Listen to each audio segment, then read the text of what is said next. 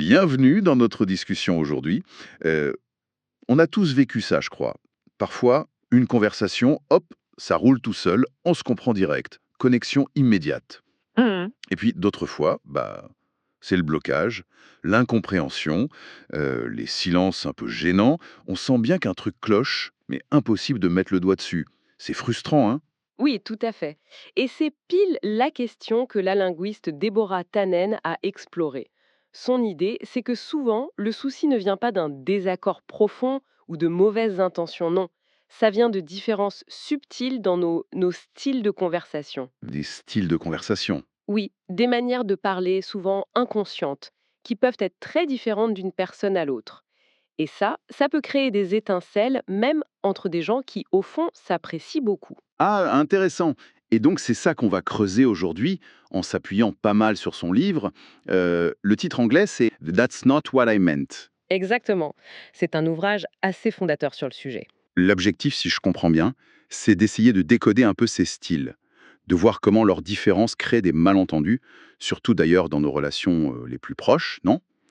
Et puis voir ce qu'on peut en tirer pour mieux communiquer. C'est tout à fait ça. Comprendre ces mécanismes, déjà, ça aide à dédramatiser. Et puis, potentiellement, à désamorcer certains conflits.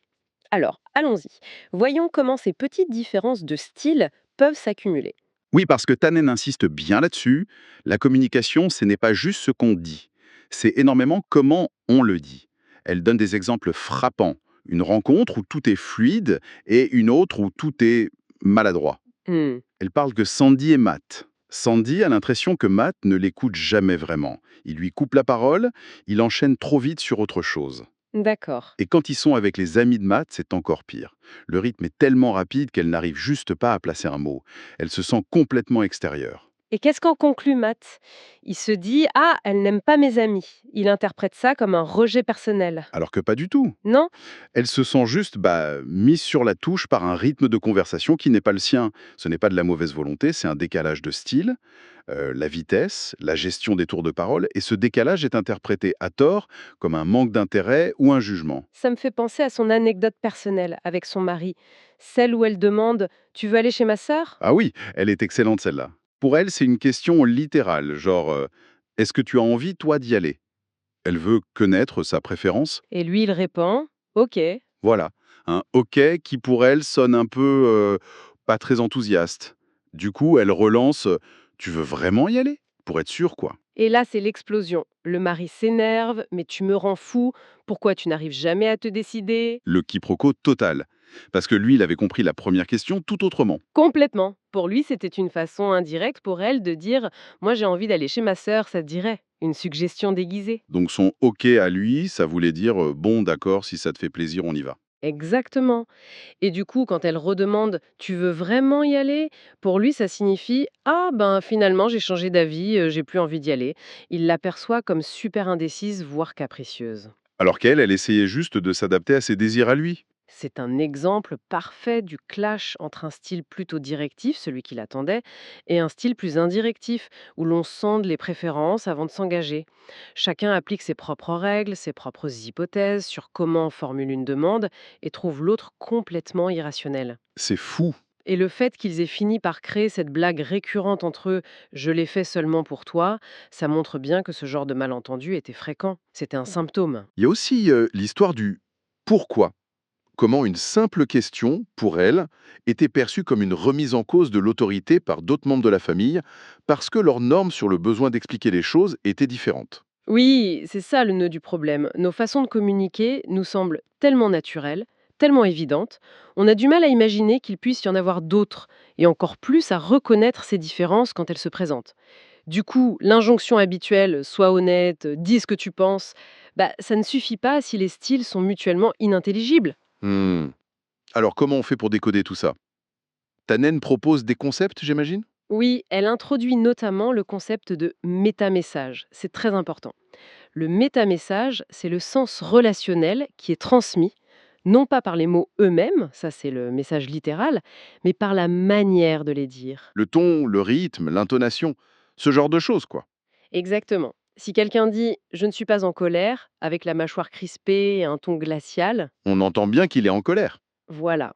Le métamessage, la colère, contredit le message littéral «je ne suis pas en colère», et c'est au métamessage qu'on réagit le plus fort. D'accord. Et ça joue dans les conversations de tous les jours, même les plus banales. Le small talk, par exemple. Ah, le small talk, oui, absolument. Beaucoup de gens disent détester ça, trouver ça superficiel, inutile, mais en fait, c'est ignorer la fonction relationnelle essentielle de ce type d'échange. C'est-à-dire, C'est une façon de créer et de maintenir le lien, de montrer qu'on est en bon terme, qu'on se reconnaît mutuellement comme interlocuteur valable. Dans beaucoup de cultures, d'ailleurs, vouloir faire des affaires directes, sans passer par cette phase de discussion informelle, de construction de la relation, c'est juste impensable. C'est même parfois vu comme impoli ou agressif. le lien avant la transaction. Précisément, la logique du marchandage dans certains pays, ce n'est pas juste une question de prix, c'est aussi l'interaction humaine qui compte. Et Tannen relie ça à des besoins humains fondamentaux, si je me souviens bien. Un peu contradictoire, d'ailleurs. Oui, elle parle du besoin universel de connexion, être lié aux autres, faire partie d'un groupe, et du besoin tout aussi universel d'indépendance, ne pas être envahi, garder son espace, son autonomie. Et le truc, c'est qu'on a besoin des deux. Mais ils s'opposent souvent. C'est un peu un double bind, une double contrainte. Tout à fait. Et la politesse, au sens linguistique du terme, c'est un ensemble de stratégies qu'on utilise justement pour naviguer cette tension, pour gérer à la fois notre besoin d'être connecté et notre besoin d'être indépendant. Robin Lakoff a identifié des règles clés. Pour simplifier, on peut dire qu'il y a Vas-y. une politesse qui met l'accent sur la distance, le respect de l'autonomie de l'autre, genre ne pas imposer. C'est la règle 1. Ok. Et puis une politesse qui met l'accent sur la proximité, la camaraderie, genre être amical, montrer qu'on est sur la même longueur d'onde, c'est la règle 3. La règle 2, c'est donner des options, laisser le choix. Tout l'art est de jongler entre ces règles. Prenons un exemple concret. Quelqu'un m'offre à boire chez lui. Si je refuse une première fois poliment, non merci, ça va aller, c'est plutôt la règle 1, ne pas imposer. Oui, on peut le voir comme ça. C'est une façon de montrer qu'on ne veut pas déranger. Par contre, si j'accepte tout de suite avec un grand sourire, ah oui, avec plaisir, ou si je demande directement, t'aurais pas un jus d'orange? Là, c'est plutôt la règle 3, être amical. Exactement. Ça montre qu'on se sent à l'aise, en confiance, qu'on est dans la connexion. Le problème, c'est que si l'autre s'attend à un style de politesse, par exemple, il s'attend à ce qu'on refuse une fois par convention et qu'on utilise l'autre style. Ça peut coincer. L'autre peut me trouver trop direct, voire mal poli, et moi, je peux le trouver un peu distant ou hypocrite s'il insiste alors que j'ai dit non. Voilà, c'est ce que Tannen appelle l'épée à double tranchant de la politesse. Les signaux sont ambigus. Un geste qui se veut poli et distant, règle 1, peut être interprété comme de l'indifférence, un manque de connexion. Elle donne un exemple, non? Avec Su et Amy. Oui, c'est ça. Sue est déprimée, elle appelle son amie Amy pour annuler une visite prévue. Amy, pour ne pas la brusquer, pour respecter sa décision, règle 1, ne pas imposer, répond un truc genre «Oh, t'inquiète pas, c'est pas grave, on remet ça». Et Su le prend mal. Très mal. Elle interprète ça comme un manque total d'intérêt pour ses problèmes. Elle se dit, elle s'en fiche complètement que j'aille mal. Elle attendait plus de connexion, règle 3, de sollicitude. C'est terrible. Ça s'applique à plein de situations en fait. Annoncer une mauvaise nouvelle. Est-ce qu'il faut y aller franco ou prendre des pincettes? Hmm. Exprimer sa sympathie à quelqu'un en deuil. Faut-il en parler beaucoup pour montrer qu'on partage sa peine ou au contraire se taire pour respecter sa douleur? Les intentions peuvent être excellentes, mais la réception dépend tellement du style de l'autre. Et dans les relations intimes, c'est encore plus flagrant et potentiellement douloureux. Est-ce que s'inquiéter de ce que l'autre mange ou porte, c'est une marque d'attention et de connexion, ou est-ce que c'est infantilisant, une atteinte à son indépendance? Et inversement, respecter à fond l'autonomie de l'autre, ne jamais lui donner de conseils non sollicités, est-ce que c'est une marque de confiance absolue ou une forme d'indifférence? Exactement. C'est là que la fameuse règle d'or «fais aux autres ce que tu voudrais qu'on te fasse» atteint ses limites. Si nos styles et nos attentes sont trop différents, appliquer nos propres préférences à l'autre peut complètement rater le coche. Ok, donc on a ces styles, ces métamessages, ces jeux de politesse, mais concrètement, comment ça se manifeste dans la conversation, Hélène? Quels sont les signaux? Alors, Tannen parle de signaux conversationnels. Mhm. Ce sont les outils de base. Le rythme de la parole, la durée des pauses entre les tours de parole, le volume sonore, la hauteur de la voix, l'intonation. Ce sont des habitudes qu'on apprend souvent dans notre famille, notre culture, et qui deviennent largement inconscientes. Et qui peuvent varier énormément. Énormément. Elle donne l'exemple de Bob. À New York, il a du mal à prendre la parole dans un groupe parce que le rythme est très rapide, les pauses sont très courtes. Il attend son tour, mais il n'arrive jamais. Et en Alaska? En Alaska, il discute avec des Indiens athabascans qui, eux, ont un style avec des pauses beaucoup plus longues entre les tours de parole. Et là, c'est Bob qui, sans s'en rendre compte, monopolise la conversation parce qu'il interprète leur silence comme une invitation à continuer de parler. C'est l'inverse total. Et le volume aussi. Ça peut être source de malentendus, non? Ah oui, l'exemple de Joe et Murray est parlant. Joe s'attend à ce que la colère s'exprime par une voix forte. Murray, lui, quand il est en colère, il se tait. Du coup, Joe ne réalise même pas que Murray est furieux contre lui. Et Murray, de son côté, doit trouver Joe bizarre de ne pas comprendre son silence glacial. Voilà. Chacun pense que la réaction de l'autre est anormale parce qu'elle ne correspond pas à ses propres codes sur l'expression de la colère. Pareil pour l'intonation, la mélodie de la voix. L'exemple du couple gréco-américain? Oui, le mari grec trouve sa femme américaine monotone. Pourquoi? Parce qu'en grec, les variations de hauteur de voix pour exprimer l'émotion, l'emphase sont beaucoup plus marquées. Elle, elle parle avec une intonation plus neutre, ce qui est normal en anglais américain dans ce contexte. Mais lui, il perçoit ça comme un manque d'engagement de chaleur. D'accord. Et à partir de ces signaux de base, rythme, volume, intonation, on construit des stratégies plus complexes, des dispositifs conversationnels. C'est ça. Tannen en analyse plusieurs. Par exemple, la réaction expressive. C'est la façon dont on montre qu'on écoute et qu'on est engagé dans ce que dit l'autre. Comme dire ah ouais, oh là là, pas possible. Oui, mais la manière de le dire compte énormément. Certains groupes, comme les New-Yorkais dans ces exemples, utilisent des réactions très fortes, rapides, presque comme des interruptions. Waouh! Oh mon Dieu! Pour eux, c'est une marque d'enthousiasme, de participation intense. Mais pour quelqu'un qui n'a pas l'habitude, Comme Chad, dans son exemple, qui vient d'une autre région, c'est juste effrayant. Il a l'impression qu'on lui coupe la parole, qu'on dramatise. Il ne se sent pas écouté. Au contraire. un autre exemple qui m'avait marqué, Jonathan qui dit c'est ridicule quand son ami David se plaint de quelque chose. Oui, celui-là est subtil. Jonathan pense être solidaire en disant c'est ridicule. Il critique la situation ou la personne dont David se plaint. Il veut dire je suis de ton côté, ce que tu subis est inacceptable. Sauf que David le prend pour lui. Exactement. David entend ridicule, ce que tu racontes est ridicule. Donc ta réaction est ridicule, tu as tort de te plaindre. Il se sent invalidé, jugé par son propre ami. L'intention de solidarité est complètement manquée à cause d'une différence d'interprétation de ce dispositif. Ou même entre une mère et sa fille, avec des styles différents appris géographiquement. La mère, style New York, réagit très fort aux histoires de sa fille, style Vermont, et la fille trouve ça exagéré, presque faux. Mhm. Un autre dispositif intéressant, poser des questions. Ça peut sembler anodin, mais là aussi, les styles divergent. Ah oui, l'exemple des visites familiales. Richard déteste aller dans la famille de sa femme Lucie, Pourquoi? parce qu'il a l'impression de subir un interrogatoire. Tout le monde lui pose plein de questions sur son travail, sa vie. Pour lui, c'est intrusif. Et Lucie, elle, déteste aller dans la famille de Richard. Pour elle, les questions sont une marque d'intérêt. Pour lui, c'est presque de l'inquisition. C'est exactement ça. Et on voit la même chose avec l'exemple de Carole et son rendez-vous amoureux. Elle est très amicale, style co-test, elle pose plein de petites questions rapides. Et tu fais quoi dans la vie? T'habites où? What do you do? Pour elle, c'est créer du lien. Mais l'autre, L'autre, plus réservé, peut-être style Midwest, il a l'impression de passer un entretien d'embauche ou d'être interrogé par le FBI. L'intention de Carole, être sympa, est complètement ratée parce que son style, question rapide pour montrer de l'intérêt, est perçu comme agressif ou inquisiteur par quelqu'un qui attend une conversation plus lente, moins basée sur l'échange d'informations factuelles. Il y a une différence entre poser des questions pour obtenir des infos et poser des questions pour montrer qu'on s'intéresse à la personne. tout ça nous ramène un peu à l'indirectivité dont on parlait au début.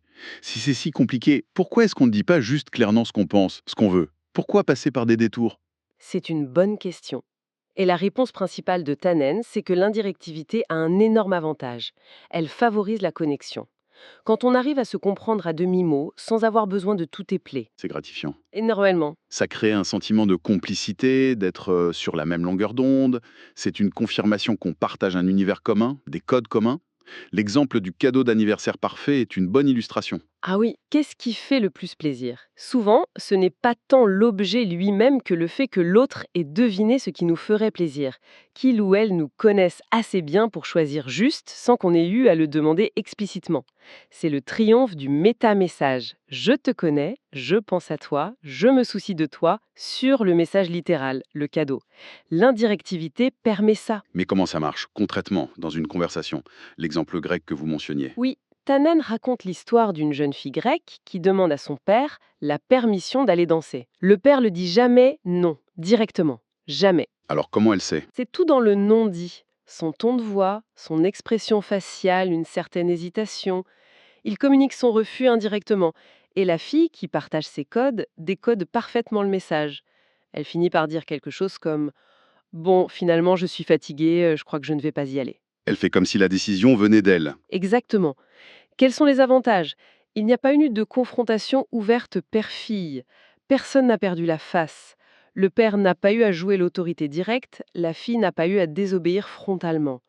L'apparence d'une relation harmonieuse et d'un choix personnel est préservée.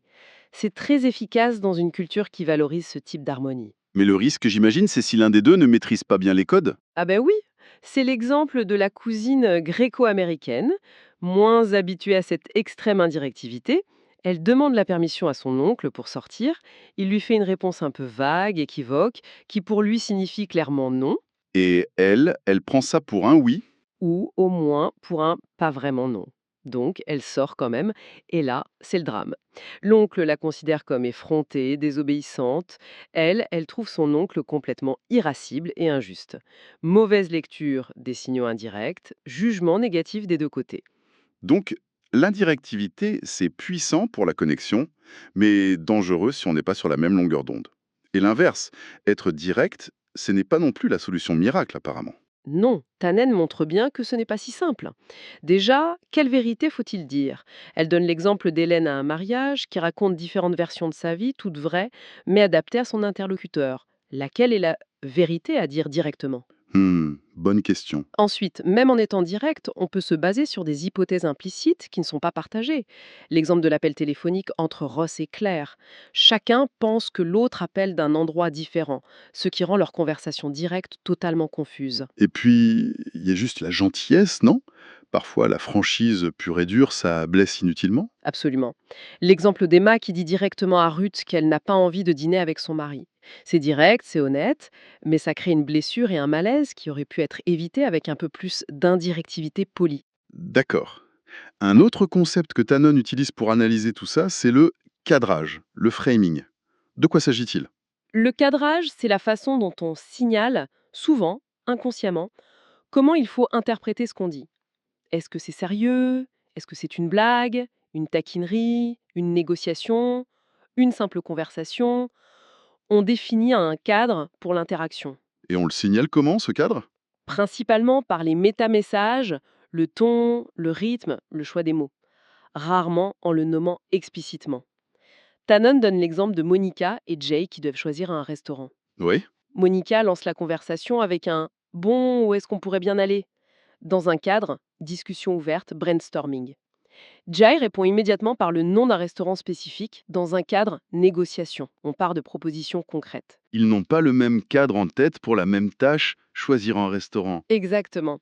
Du coup, Monica trouve Jay trop directif, pas assez ouvert à la discussion. Jay trouve Monica trop vague, pas assez efficace. Frustration des deux côtés parce que leurs cadres implicites sont différents. Et si on nomme le cadre, ça le change? Souvent oui. Dire bon, ayons une petite conversation sérieuse. Ça change immédiatement l'ambiance. Le fait de nommer le cadre le modifie. C'est d'ailleurs pour ça que l'écrit est si piégeux. Ah oui, parce qu'il manque tous les signaux non verbaux. Voilà, le ton de la voix, le sourire. L'exemple du professeur qui écrit c'est presque de la triche tellement c'est bien sur la copie d'une étudiante. Il est dans un cadre plaisanterie admirative. Et l'étudiante? Elle le lit au premier degré dans un cadre évaluation sérieuse. Elle est anéantie, pensant qu'on l'accuse vraiment de tricher. Le cadre humour n'est absolument pas passé à l'écrit. Ouch. Et Tannen parle aussi de footing, c'est lié au cadrage. Oui, le footing, c'est le positionnement relationnel qu'on établit à l'intérieur d'un cadre donné. C'est la relation qu'on signale entre soi et l'autre à ce moment-là. L'exemple du postier, eh bien, Le postier coincé par la neige? c'est ça. Au début, il est dans un rôle d'employé qui ne veut pas faire son travail face à des habitants mécontents. Puis, en expliquant sa situation personnelle, ses difficultés avec la neige, il change de footing. Il passe à une relation de personne à personne, partageant une expérience commune difficile. Et ça désamorce complètement le conflit. Donc, le cadre définit le jeu et le footing, c'est la position des joueurs à l'intérieur du jeu. On peut dire ça comme ça, oui. Et tout ça est très lié à deux grandes dimensions qui traversent toutes nos interactions, le pouvoir et la solidarité. Pouvoir dans le sens de contrôle, de statut, de hiérarchie. Oui, et solidarité dans le sens d'amitié, de connexion, d'égalité, de proximité. Et ils sont liés à nos besoins d'indépendance et de connexion, j'imagine. Pouvoir lié à l'indépendance, solidarité liée à la connexion. Exactement.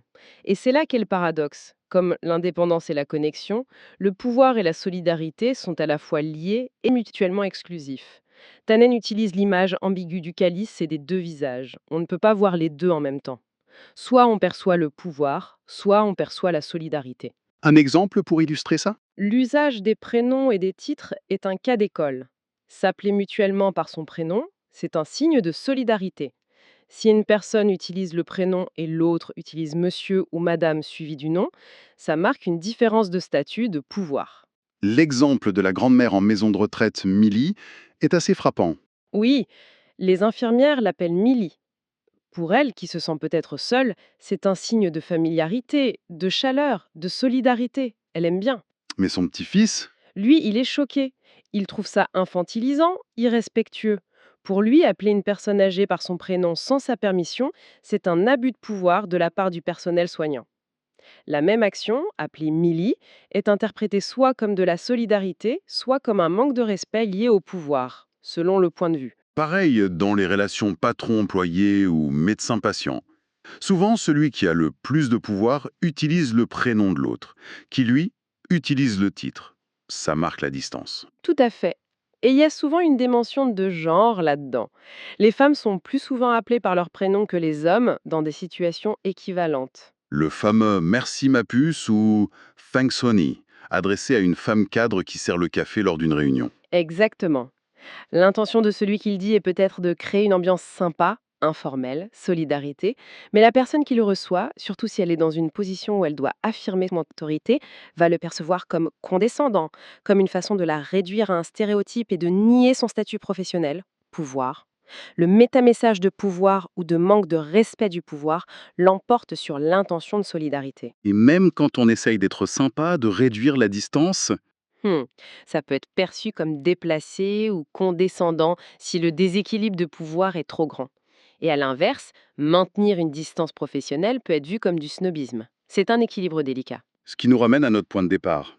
Pourquoi tout ça semble s'aggraver dans les relations proches, alors qu'il y a de l'affection, de l'amour?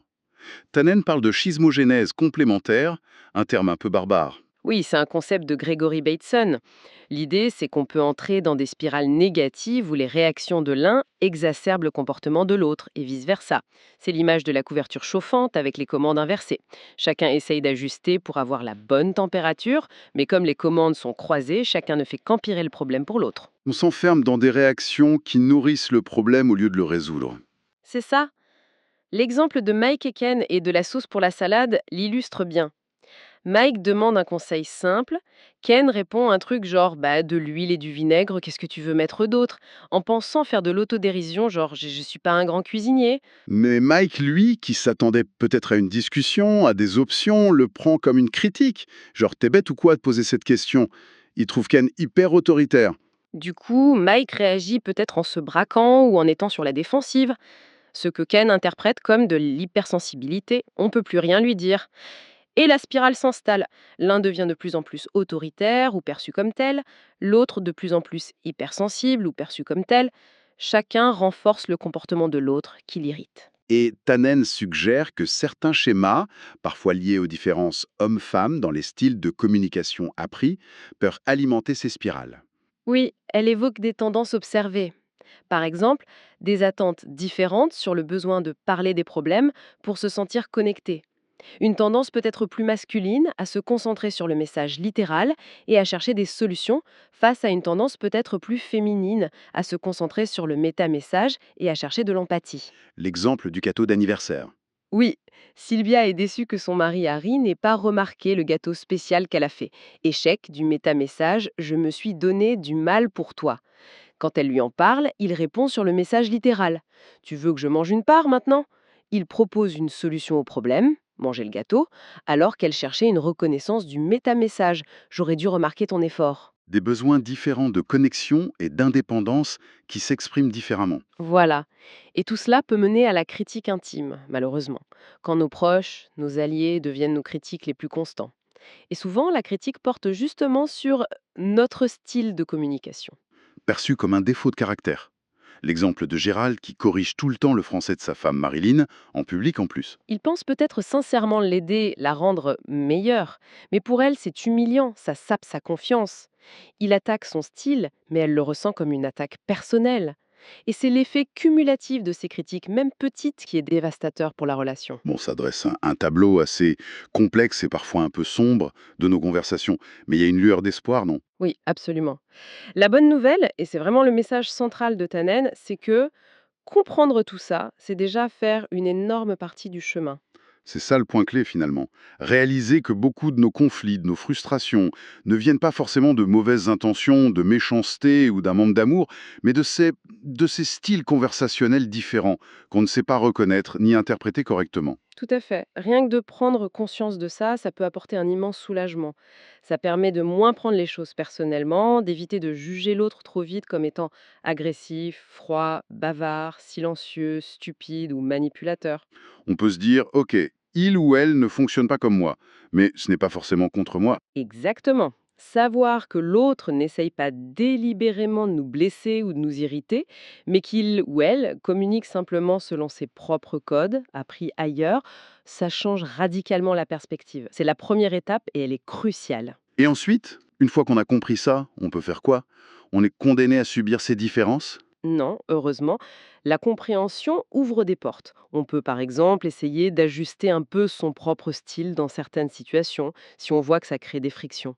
Ou, encore mieux, on peut essayer de méta-communiquer. C'est-à-dire parler de la façon dont on communique? Oui, dire quelque chose comme quand tu parles très vite, j'ai du mal à suivre. J'ai l'impression de ne pas pouvoir placer un mot. Est-ce qu'on pourrait essayer de ralentir un peu? Ou j'ai remarqué que tu poses beaucoup de questions. Pour moi, c'est un peu intense. Est-ce que tu essayes de montrer ton intérêt? C'est délicat, bien sûr, mais ça peut clarifier beaucoup de choses. Ou alors juste recadrer mentalement notre interprétation de ce que fait l'autre? Oui, c'est une autre option. Se dire, OK, sa réaction très expressive n'est pas une interruption agressive, c'est sa façon de montrer qu'il est à fond dans la conversation. Ou son silence ne veut pas dire qu'il me boude, c'est juste sa manière de gérer sa colère. Tannen donne d'ailleurs des exemples où les gens arrivent à trouver des solutions, comme l'étudiant qui explique son style à son camarade, ou Monsieur Beto qui apprend à décoder le style de sa femme. Donc oui, le changement est possible. Ça ouvre pas mal de perspectives, effectivement. Alors, pour finir, peut-être une petite question pour réfléchir.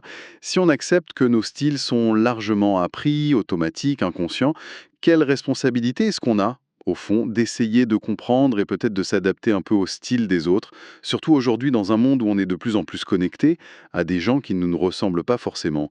Est-ce que cette prise de conscience de notre propre pilote automatique conversationnel, ça ne nous donne pas finalement une nouvelle forme de liberté ou au moins une nouvelle responsabilité dans la façon dont on construit une relation, qu'elle soit personnelle ou professionnelle? Qu'est-ce que ça change de savoir tout ça?